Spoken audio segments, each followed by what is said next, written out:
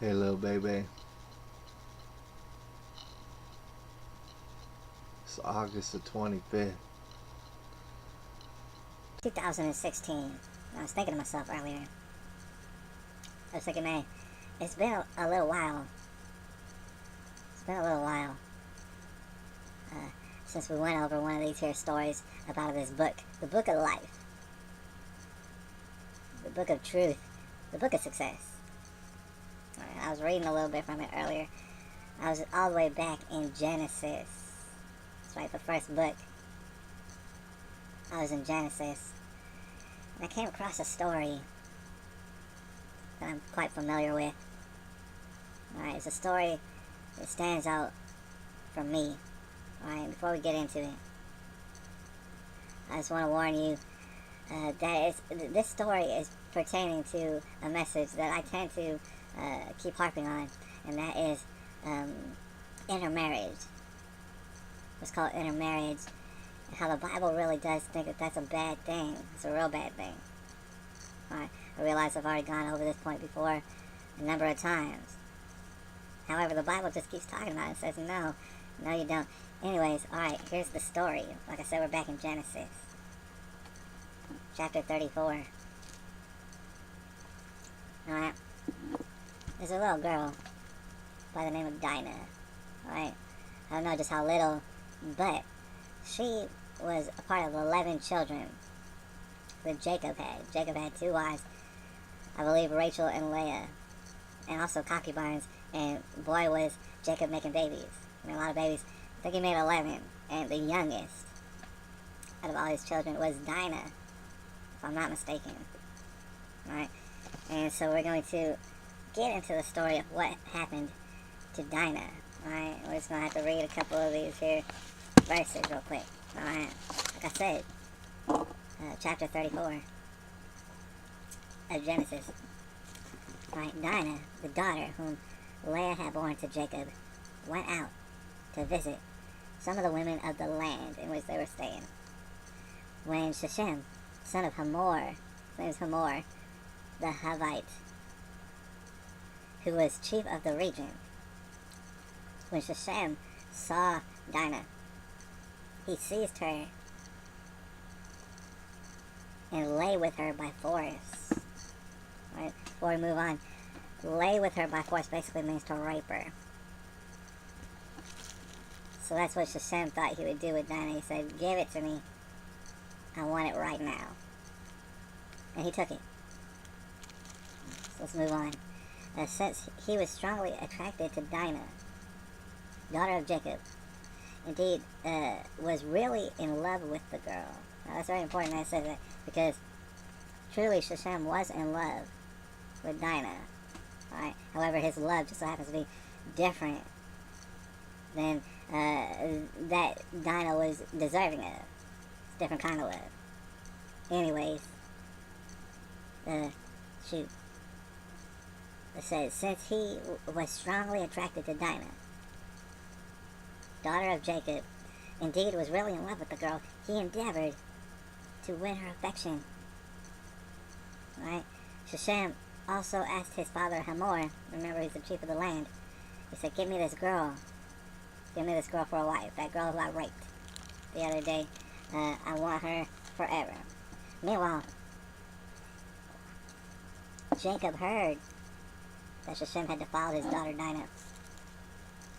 But since his sons were out in the fields with his livestock, he held his peace until they came home. Jacob kept a lid on things. Right? He made sure not to lose his cool until all his sons came home, and there was about 10 of them. Right? Now Hamor, the son of Shechem, went out to discuss the matter with Jacob. Right? Just as Jacob's sons were coming in from the fields. When they heard the news of Dinah being raped, when they heard the news, the men were shocked and seethed with indignation. What Shechem had done was an outrage in Israel. Such a thing couldn't be tolerated. I gotta mention right now, Israel isn't really a body of land at that point. it's like a community. In fact, Jacob's name is Israel. It's quite confusing how the names jump from people to communities to land and stuff. Anyways, not tolerated. Rape is absolutely just not tolerated in Israel. Alright? Hamor appealed to them, saying, "My son, Shechem, has his heart set on your daughter. Please, give her to him in marriage. Please. Intermarry with us. Give your daughters to us. And take our daughters for yourselves." Alright? There you go. It's that word. Intermarry with us, please. Now, you gotta understand, people in Hamor's family are doing things that are absolutely not tolerated by the people in Jacob's family. Therefore, that makes them different, alright? And because of this difference, there's no intermarrying. And Jacob's sons very much understood that without really being told. There is no intermarrying, alright? But the story continues.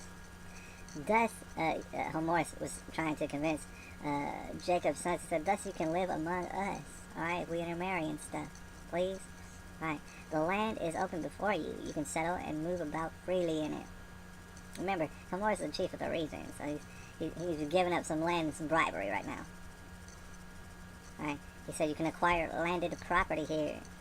Then Shechem too appealed to Dinah's father and brothers.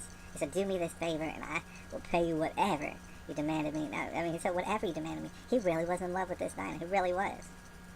Taken by her. Problem is, he raped her.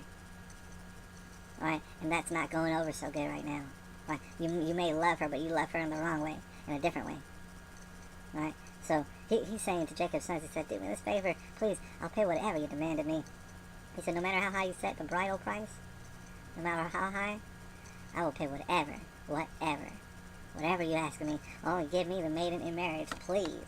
Alright, because he really was taken by some of that Dinah.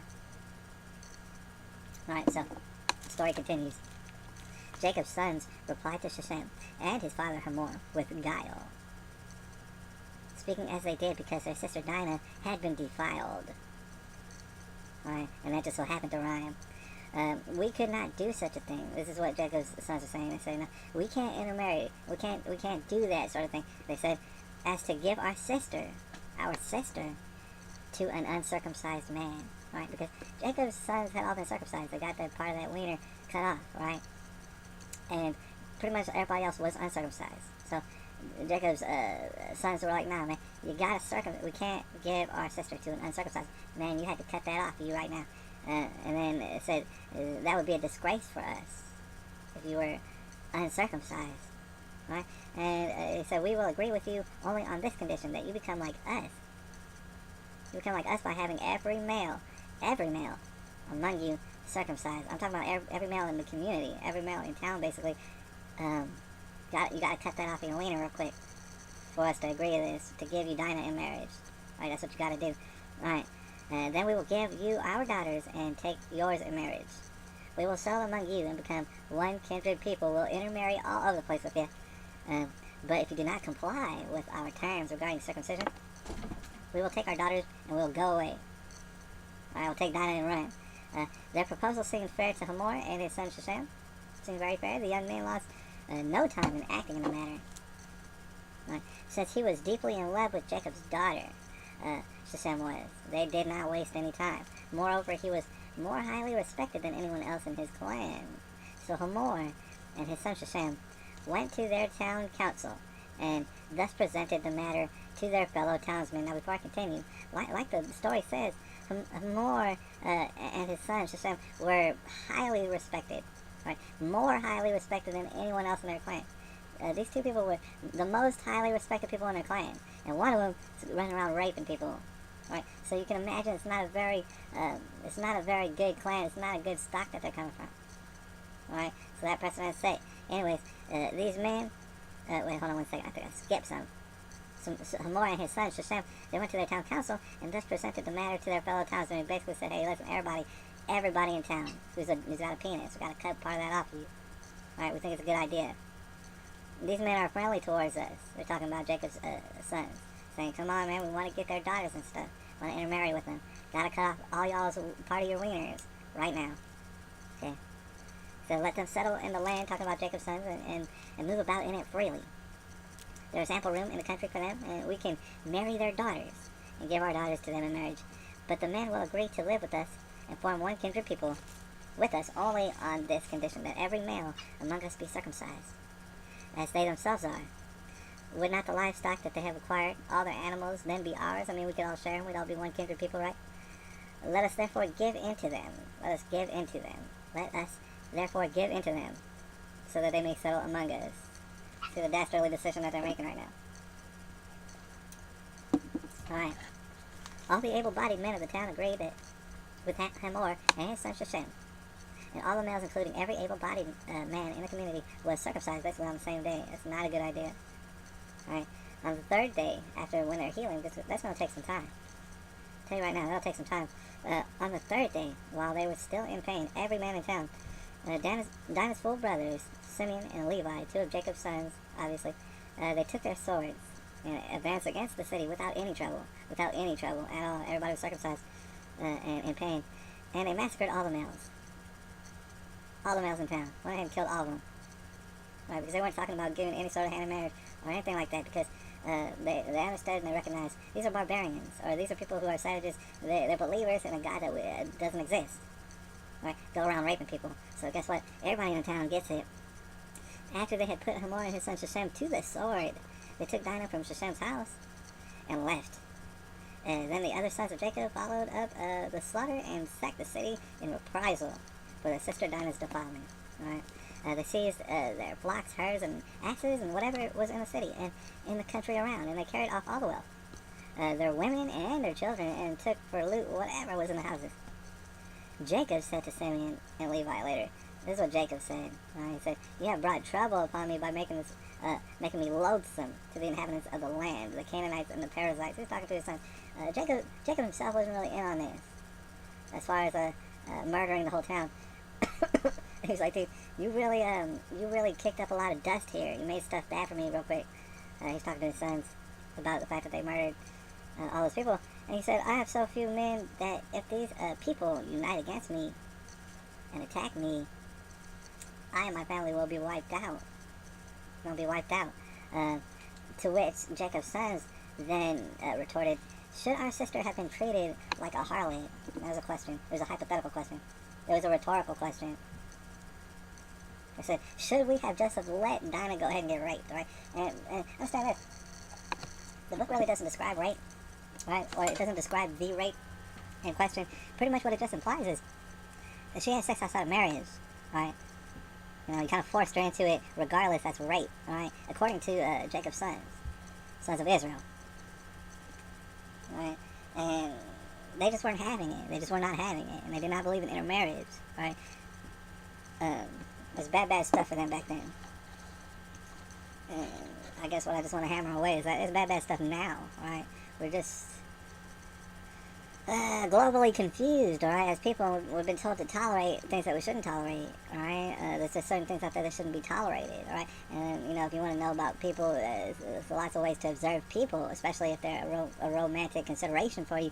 You really need to check out where they're coming from, right? Because everybody can put on a little, show for you for a while and make you think, oh man, they must be really good people. But then you meet their family and you start to get to know them and understand that no, these people come from very bad stock. Right? It would be intermarriage. Thing is, they've been putting on a show this whole time, but that's exactly what it is.